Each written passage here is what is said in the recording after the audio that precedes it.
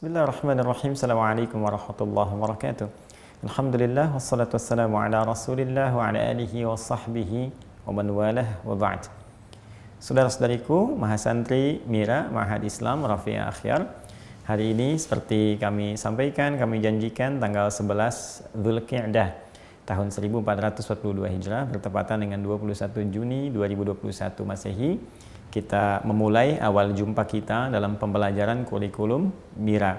Insya Allah seluruh kurikulum yang akan kita pelajari akan tersistematiskan, disampaikan pada kawan-kawan semua. Namun karena ini pembuka, seperti saya utarakan, kita akan membahas momentum yang paling dekat dengan kita sebagai persiapan ke ibadah yang sangat spesifik, berlangsung setahun sekali, yaitu Idul Adha, dan juga di dalamnya termasuk ada ibadah kurban. Seperti apa persiapannya kita uraikan dari saat ini sehingga ketika momentum ibadahnya tiba kita tidak sibuk lagi untuk menyoal berbagai hal atau bertanya jawab persoalan-persoalan yang kadang-kadang setiap tahun datang berulang. Karena sekarang momentumnya di bulan Dzulqa'dah sebagai persiapan dan sudah masuk tanggal 11, saya kira akan menjadi penting bagi kita untuk mengurai dulu apa keutamaan bulan ini, kaitan dengan bulan depan, dan seperti apa gambaran keistimewaan yang dimaksudkan. Baik ya, kita akan coba uraikan pembahasan dimaksud, dan insya Allah setiap video yang teman-teman akses dalam kurikulum Mira insya Allah hanya akan berlangsung 20-25 menit saja. Kemudian akan disusulkan juga dengan beberapa tes ya yang didesain untuk menguji pemahaman, sehingga saya menginginkan kita tidak hanya mendengar tapi memahami secara sempurna supaya bisa mudah untuk diamalkan dengan cara yang benar dalam titian ibadah kita. Baik teman-teman sekalian, yang pertama penting untuk dicatat bahwa sekarang kita masuk bulannya Dzulqa'dah. Tulisannya begini ya kalau saya besarkan. Ya. Ya, Dzulqa'dah. Nah, ini Dzulqa'dah. Ya. Baik, kalau kita lihat Dzulqa'dati tapi kita baca dengan sukun Dzulqa'dah. Nah, teman-teman sekalian, fokus untuk dipahami, dimengerti bahwa ada sementara saudara-saudari kita yang membaca ini dengan qa'dah, kan? Dzulqa'dah. Ya. Dzulqa'dah. Ada juga yang membaca dengan Dzulqa'idah, gitu kan? Dzulqa'idah. Ya, qa'idah, gitu kan? Atau ininya panjang qa'idah, ya. Jadi ini hanya di harakat, ini ada qa'dah, qa'idah. Ada lagi yang terlalu meluas menurut saya, Dzulqa'idah gitu kan. Nah, itu langsung bisa ditepikan saja. Nah, ini di antara sekian yang dibacakan, yang tepat secara bacaan dan makna itu yang ini. Ya, secara bacaan mungkin ini bisa dibaca qa'dah itu bisa benar secara bacaan, tapi secara makna ini yang lebih tepat yang tengah. Ya. Mengapa? Saya ingin sampaikan dulu satu informasi yang penting, bahwa nama-nama baik itu terkait dengan bulan atau bahkan tahun, biasanya di kultur masyarakat Arab itu diberikan berdasarkan peristiwa atau kejadian yang berlangsung di masa itu yang dikenal sehingga menjadi viral, populer di kalangan masyarakat, dan dengan itu menjadikan mereka memberikan nama ya pada waktu-waktu terkait dengan peristiwa yang dimaksudkan. Seperti tahun lahirnya Nabi Shallallahu Alaihi Wasallam, pada saat itu yang paling populer, paling viral adalah serbuan pasukan gajah yang dipimpin oleh Raja Abraha, itu kan, dari wilayah Yaman datang ke Ka'bah untuk berinisiatif menghancurkan Ka'bah dan dibinasakan oleh Allah Subhanahu Wa Taala. Bahkan diinformasikan kemudian kepada Rasulullah SAW dalam satu surah yang dikenal dengan surah Al-Fil itu. Maka saat banyak datang pasukan gajah, peristiwa di tahun itu yang sangat viral ya di kalangan masyarakat, jadi cerita dan sebagainya, maka tahunnya dikenal dengan tahun gajah. Pun demikian, di nama-nama bulan sejak dari penanggalan jahiliyah di masyarakat Arab, bahkan sebelum masa Islam, itu sudah mereka mendapati momentum-momentum khusus dan mereka berikan namanya. Ya misal, ya ketika di bulan yang pertama mereka bersepakat di waktu itu mereka tidak saling berselisih, ya mereka bisa sepakat dulu membuat sebuah konsensus, kesepakatan bersama supaya nggak ada perang, nggak ada perselisihan, padahal mereka rajin berperang, rajin berselisih. Maka mereka namakan waktu-waktu saat itu untuk meninggalkan segala yang dilarang, dinamakan Al-Muharram. Ya, kemudian setelah itu mereka namakan kemudian bulan yang kedua itu dengan dengan Safar. Safar ini ada dua sisi ya. Dua sisi. Di Safar ini ada yang mengatakan di waktu itu banyak yang berniaga keluar sehingga wilayah Mekah khususnya itu berada dalam keadaan yang kosong, lenggang. Umumnya orang Arab banyak keluar, maka disebut Safar itu kosong dari kata sifar. Karena kosong itu keadaan orang-orang pada masa itu. Kemudian muncul Rabi'. Rabi' itu mereka sebutkan Rabi' karena di masa itu musim semi, tumbuhan mulai muncul dan sebagainya. Di fase pertama mereka namakan Rabi'ul Awal. Begitu itu mulai berakhir disebut Rabi'ul Akhir. Lalu kemudian muncul musim gugur, kering gugur. Kering gugur pertama disebut dengan Jumadal Ula. Ketika akan berakhir itu disebut dengan Jumadal Akhirah. Lalu muncul bulan yang ketujuh disebut dengan Rajab. Rajab ini memang spesial, menunjuk kepada satu yang sangat diagungkan ya. Jadi ada bulan ketujuh ini di kalangan masyarakat Arab itu sangat populer, dikenal, diagungkan, dihormati. Saking dihormatinya itu punya hukum sama dengan bulan Al-Muharram, nggak boleh perang, kan? Nggak boleh bertengkar, nggak boleh macam-macam. Bahkan ada sebagian yang sedang konflik besar-besaran pun bisa berhenti. Tapi kalau mereka pengen perang, ada yang iseng memindahkan, ini bulan hurumnya bukan yang sekarang, pindah gitu ya, bukan Rajab yang ini. Nah, ada satu suku yang konsisten memegang teguh keagungan bulan Rajab ini yang disepakati oleh masyarakat jahiliyah, namanya Mudar. Makanya dikenal dengan Rajab Mudar, gitu kan? Lalu bulan ke-8 mereka mulai menyebar, mencari air supaya persiapan di bulan yang ke-9 yang terik, panas, membakar ya. Itu disebut dengan bulan Sya'ban dari kata tasya'ub karena menyebar, masyarakat mencari sumber air. Lalu bulan ke-9-nya disebut dengan Ramadan seperti yang sering saya sampaikan, bahkan menjelang Ramadan ya awalnya adalah karena terik, panas yang sangat membakar, lalu nanti di masa Islam menjadi ada proses islamisasi makna. Namanya tetap ada islamisasi makna, ada transformasi dari makna, bukan sekedar membakar panas ya, walaupun Ramadan kan secara hijriah bisa berputar waktunya, bisa tiba di musim dingin ya. Jadi secara maknawi, majasi, kiasan di bawah makna tadi bahwa dengan Ramadan bisa membakar dosa-dosa orang-orang yang kembali kepada Allah dengan cara bertobat. Dosa bisa dibakar, kesalahan bisa dibakar sehingga kembali menjadi baik seperti semula. Syawal itu disebut dengan Syawal, teman-teman sekalian, mulanya di masa jahiliyah adalah orang-orang yang menyebar, yang tadi berniaga itu ya sekarang udah mulai berkumpul ya, berkumpul ke arah Mekah. Kenapa? Karena nanti akan mendekat ke musim haji, sedangkan musim haji itu banyak sekali orang-orang yang dari Yaman, dari Syam, dari macam-macam yang biasa dikunjungi sekarang datang ke Mekah karena akan terjadi ya pusat ibadah, pusat ritual yang semua orang berkumpul sehingga potensial untuk berniaga. Makanya nanti diabadikan di Quran surah kedua ayat 198 tentang kebiasaan mereka berniaga saat musim haji. Ya, dan bagi umat Islam diberikan solusi. Kalaupun tidak berhaji, ya nggak ada masalah, tidak ada dosa kalau ingin berniaga, ingin dagang. Laisa 'alaikum junahun an tabtaghu fadlan mir rabbikum. Nggak ada dosa bagi kalian yang memang tidak berhaji untuk berniaga, termasuk mensupport orang-orang yang berhaji. Dari sini kita bisa ketahui bahwa orang-orang yang tadi terbiasa keluar sampai ke Syam, sampai dengan ke Yaman, mereka di momentum ini datang untuk menuju persiapan haji sejak bulan Syawal. Karena itulah kemudian volume penduduk Mekah itu menjadi meningkat. Meningkat dalam bahasa Arab itu disebut dengan Syawal namanya. Syawal, walaupun nanti di masa Islam ada islamisasi lagi makna. Dari segi makna kenapa dipertahankan untuk menyelaraskan dengan makna Ramadan. Jadi saat Ramadan dosa diampuni, digugurkan, dihanguskan, maka tanda keberhasilannya dengan meningkat amalan. Tapi pada asalnya dalam konteks kehidupan di zaman jahiliyah yang dimaksud dengan Syawal itu adalah tahapan awal orang-orang menuju Mekah untuk persiapan berhaji atau sebagian dari mereka untuk berniaga. Ini yang menjadikan Al-Quran menurunkan Quran surah kedua Al-Baqarah ayat 197 untuk memberikan kesan ya kepada umat Nabi Muhammad SAW di setiap zaman, setiap masa, bahwa persiapan menuju haji itu jangan tiba-tiba kemudian datang sehingga menyulitkan, saling berdesakan dan sebagainya. Maka dimulailah setidaknya dari bulan-bulan sebelumnya atau seperti orang-orang dulu sejak bulan Syawal. Al-Hajju Ashhurum Ma'lumat, demikian ayatnya. Maka untuk menuju puncak haji itu dimulailah dari beberapa bulan sebelumnya ya. Baik teman-teman sekalian, karena semua orang yang biasa dikunjungi tadi itu ya, di Yaman, di Syam, Syam sekarang itu Syria, kemudian Palestina, Libanon, Yordania, itu yang biasa dikunjungi datang, maka orang-orang Arab lokal itu, mereka memilih untuk duduk santai menunggu orang datang. Jadi yang biasanya berniaga keluar, sekarang tinggal santai-santai ya, duduk, minum teh, minum kopi, sambil menunggu orang lain datang dan memasarkan dagangannya, atau menunggu melayani para hujjaj. Maka apa yang mereka lakukan? Duduk santai. Dalam bahasa Arab, duduk santai itu disebut dengan qi'dah. Ya, qi'dah.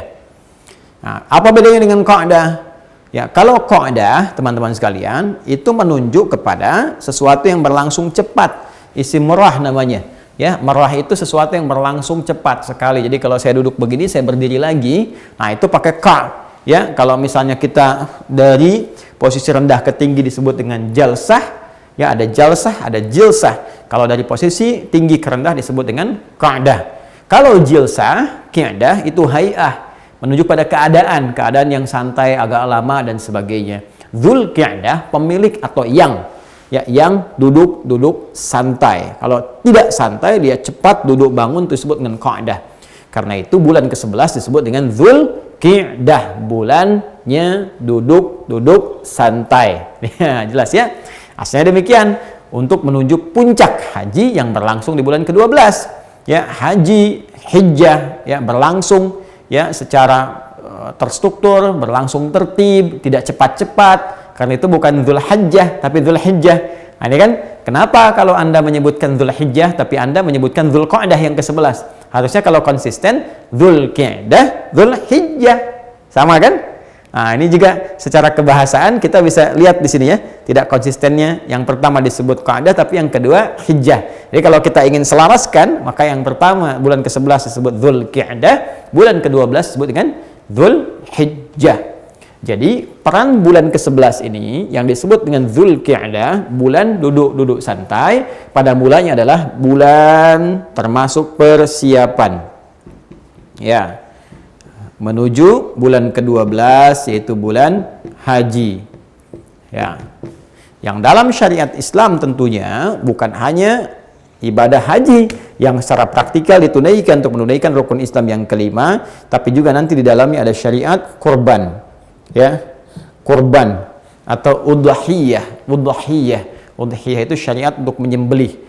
Dilangsungkan di waktu duha, makanya digabungkan nanti menjadi adha. Nanti kalau sudah masuk kepada inti materi, kita bisa uraikan itu.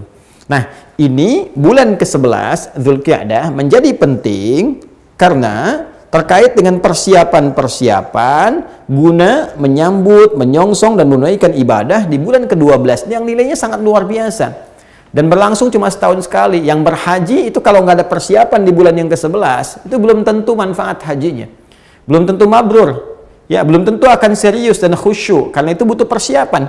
Nanti bahkan Al-Quran memberikan satu pernyataan khusus ya, penegas tentang kesiapan orang-orang yang akan berhaji. Wa tazawwadu fa inna khairaz zadi taqwa, berbekalah kalian dan bekal yang terbaik itu adalah takwa. Pun demikian dengan kurban ini. Ya, ada masa kita untuk mengumpulkan, ada masa kita untuk persiapan mencari hewan, ada masa menunaikan sunnah-sunnah lain seperti memotong kuku, gitu kan, yang kita tidak lakukan. Kita tunda dulu ketika memasuki awal bulan Dzulhijjah, maka bulan Dzulqa'dah kita maksimalkan, potong-potong, bersih-bersih dan sebagainya, dan turunan-turunan lainnya. Nah, ini yang menjadikan kita penting untuk membahas dahulu apa keutamaan bulan Dzulqa'dah. Lalu setelah ini kita pahami, baru masuk kita kepada syariat tentang Dzulhijjah, pun demikian dengan pembahasan referensinya. Baik teman-teman sekalian, kita izin menghapus dulu ya sebentar, nanti kita teruskan kembali tentang turunan makna yang akan kita uraikan. Jadi penting saya tegaskan, pertama namanya Dzulqa'dah. Ingat ya, Dzulqa'dah. Bukan Dzulqa'dah, apalagi Dzulqa'idah. Ya. Baik, nanti kalau ada Dzulqa'idah, ada Dzulnengidah karena akang pasangannya dengan neng gitu ya. Baik. Ayo kita teruskan ke sini. Bismillah. Dzulqa'dah seperti kita ketahui adalah bulan yang ke-11 dalam urutan bulan Hijriyah atau tahun-tahun Hijriyah. Qa'dah ya. Yang bulan ke-11 ini termasuk dalam rangkaian bulan haram dari 4 bulan yang disebutkan oleh Nabi sallallahu alaihi wasallam yang mempertegas firman Allah Subhanahu wa taala di Quran surah ke-9 At-Taubah di ayat yang ke-36. Ya. Inna 'iddatasy syuhuri 'indallahi 12 syahran fi kitabillah yauma khalaqas samawati wal arda minha arba'atun hurum. Inna iddatash syuhuri, sungguh kata Allah Subhanahu wa taala, jumlah bilangan bulan yang Allah tetapkan selama setahun itu. Indallahi, yang sudah Allah tetapkan, ya, ada berapa? Ada 12 bulan. Itsna asyara syahran fi kitabillah, ada jumlahnya 12 yang Allah tetapkan dalam kitabullah. Yauma khalaqas samawati wal ard, sejak mulai Allah menciptakan langit dan bumi. Jadi Allah sudah desain dengan sempurna. Langitnya sempurna, buminya sempurna, waktu berkehidupannya sempurna, dan di antara kesempurnaan waktu itu menjadikan setahun berjumlah 12 bulan. Dan saya sering katakan, di antara sekian kitab suci yang ada di muka bumi atau yang diduga suci, hanya Al-Quran yang memberikan satu keterangan langsung dan tegas, setahun berjumlah 12 bulan. Di antara 12 bulan itu, kata Allah, minha arba'atun hurum, ada 4 yang disebut bulan hurum. Ada 4 bulannya bulan hurum. Ya. Yang 4 itu diafirmasi, ditegaskan oleh Nabi SAW dalam hadis beliau, talata mutawaliyat, ya, 3 berurutan disebutkan. Dzulqi'dah, ini dia 11. Dzulqi'dah, kemudian Dzulhijjah, ini bulan ke-12, 11, 12, kemudian wal Muharram, ya, al Muharram. Pakai al ya. Ini ada al Muharram, ada alif lamnya. Bulan pertama. Jadi 3 berurutan, bulan 11, bulan 12, bulan 1. 1, 2, 3. Ya, telah mutawaliyat. Kemudian wa Rajab Mudhar, alladzi ma baina Jumadah wa Sya'ban, dan bulan Rajab. Ini Rajab. Bulan ke-7 di antara Jumadah dan Sya'ban, di antara bulan ke-6 Jumadah, bulan gugur tadi, dan Sya'ban bulan ke-8. Jadi yang ini Dzulqi'dah saya turunkan, ya. Bulan ke-11. Nah, ini keistimewaan pertama terkait dengan Dzulqi'dah. Dia termasuk bulan Hurum. Nah, ini termasuk bulan Hurum. Maka ketika masuk bulan Hurum ada keistimewaan lagi. Jadi jangan dikira kemudian bulan-bulan yang disebutkan oleh Al-Quran atau diisyaratkan dalam Al-Quran tidak mengandung keistimewaan. Ada kaidah dalam bahasa Arab ketika disebutkan, ya, satu tunggal dibanding yang lain atau beberapa kelompok dibanding yang lain, ini menunjuk bahwa di balik tunggal atau kelompok itu ada keistimewaan tertentu yang membedakan dengan yang lainnya. Seperti kita beri contoh Ramadan, disebutkan oleh Allah langsung namanya, Syahrul Ramadan alladzi unzila fihil Quran. Maka Ramadan punya keutamaan khusus dibanding dengan bulan yang lain, kan? Kemudian juga dengan haji. Haji disebutkan yang menunjukkan pada momentum haji punya keistimewaan dibanding dengan yang lain. Maka ketika Al-Quran memberikan isyarat bulan Hurum dengan 4 bulan ini menunjukkan 4 bulan ini punya keistimewaan tersendiri dibanding bulan-bulan lainnya. Karena Dzulqi'dah termasuk bulan Hurum, maka Dzulqi'dah pun membawa keistimewaan itu dan kita sudah hadir di dalamnya. Sekarang sudah tanggal 11. Jangan-jangan tanggal 11 ini kita tidak sadar bahwa bulan ini sudah istimewa. Apa di antara keistimewaannya? Minha arba'atun hurum. Ya, jadi ini disebut dengan bulan Hurum. Hurum itu teman-teman sekalian, itu akarnya dari kata hormah. Ya, hormatun. Nah, dari sini muncul juga kata haram, dengan turunannya itu derivasinya. Ada kata lagi misalnya mahram dari ahrama yuhrimu, kan? Ada lagi muhrim, ya. Ada muhrim, ada mahram, itu beda ya. Ada al-muharram, macam-macam. Ini asal katanya dari sini, dari hormatun. Hormatun itu ya sudah diserap ke dalam bahasa Indonesia, hormat. Hormat itu bahasa Arab asalnya. Ya, hormat, gerak, ya kan? Nah, hormat senjata, nah, itu hormat semua. Hormat itu dari bahasa Arab, dari kata hormatun. Ya, yang terhormat, yang terjaga wibawanya, itu kan? Artinya sesuatu yang tinggi, yang dihormati kan yang tinggi kan? Yang berwibawa, itu kan? Yang punya marwah gitu, kedudukan. Nah, makanya dari sini muncul hukum haram. Kenapa haram itu dimunculkan? Untuk menjaga kehormatan setiap hamba. Supaya tidak jatuh kehormatannya. Nggak jatuh wibawanya. Kenapa mencela itu haram? Karena ketika Anda mencela, wibawa Anda akan turun. Ya, kenapa dilarang korupsi, haram mencuri? Karena ketika mencuri, kedudukan Anda akan jatuh. Anda nggak akan dianggap tinggi lagi. Setinggi-tingginya gelar Anda seorang profesor, Anda seorang hartawan, Anda seorang macam-macam. Ketika korupsi, lihat aja jatuh harga diri Anda. Dicela di mana-mana, ya. Yang mencela pun sebetulnya juga ya mencela kehormatan diri sendiri juga. Apalagi mencela pada yang sudah tercela, itu nggak ada kerjaan gitu. Ya. Jadi sebetulnya ini kalau kita paham, teman-teman sekalian, hikmah di balik semua penamaan itu kita akan mengerti. Jadi haram itu bukan sekedar haram, tinggalkan gini, bukan. Itu ada hikmahnya, ada maknanya. Kenapa diharamkan perbuatan-perbuatan ini atau benda-benda tertentu atau makanan minuman tertentu untuk menjaga kehormatan diri kita. Maka akumulasi dari sifat hurmah itu disebut dengan hurum. Ya, makanya kenapa disebut dengan hurum, bahwa bulan-bulan ini adalah bulan kita menjaga, berlatih untuk menjaga kehormatan kita, wibawa kita, marwah kita minimal di hadapan Allah Subhanahu wa taala. Maka dari itu Al-Quran mengatakan, "Fala tadhlimu fihinna anfusakum." Janganlah kalian berbuat zalim, berlatih untuk meninggalkan perbuatan zalim pada bulan-bulan yang dimaksudkan, dan itu nilainya besar. Nah, sekarang pertanyaannya, bagaimana cara berlatih meninggalkan perbuatan zalim di bulan-bulan ini, khususnya di Dzulqa'dah yang kita sekarang sedang dapati? Apa konsekuensi kalau ada orang berbuat zalim di bulan ini? Ya, lalu kalau ada zalim pasti ada lawan, kan? Bagaimana mendapatkan lawannya zalim? Apa lawannya dari zalim yang bisa kita capai?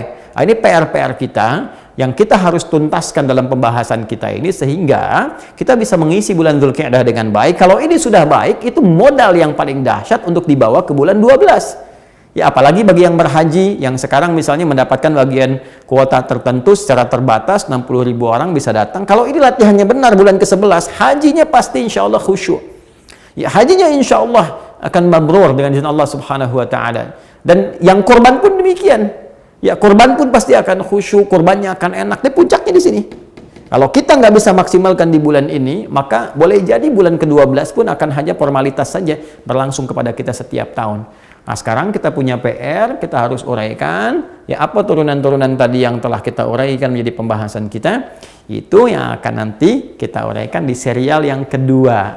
Ya, kita akan masuk pada bahasan kedua. Ingat, dalam serial video ini kita hanya akan tampilkan 20-25 menit saja. Nanti setelah ini teman-teman akan masuk kepada sesi pengujian. Ya, semua peserta harus masuk lewat ke situ dulu. Kalau tidak, nanti Anda nggak akan bisa dapatkan seri yang berikutnya. Jadi teman-teman yang di Mira, mohon izin ya, teman-teman sekalian yang di Mira, setelah menonton ini selesai, nanti akan masuk ke teman-teman satu bagian tertentu yang saya mintakan kemarin, cek ya tahapan-tahapannya. Anda masuk ke bagian pengujian untuk tes ya, bagaimana pemahaman kita secara sempurna menguji materi yang telah kita dapati. Nanti akan ada beberapa soal, teman-teman masuk ke situ, jawab. Kalau lulus nanti 100% bisa buka video selanjutnya. Kalau belum lulus, latihan lagi sampai lulus, karena agama itu harus sempurna kita tunaikan sesuai dengan kemampuan kita. Jelas ya? Nah, alhamdulillah. Jadi saya kira selesai untuk safaan kita yang pertama. Kita akan lanjut pada edisi berikutnya, dan saat masuk nanti kepada bahasan Idul Adha, sudah ada buku yang bisa teman-teman akses nanti di Wah Corner untuk bisa dapatkan sesuai dengan materi yang kita uraikan.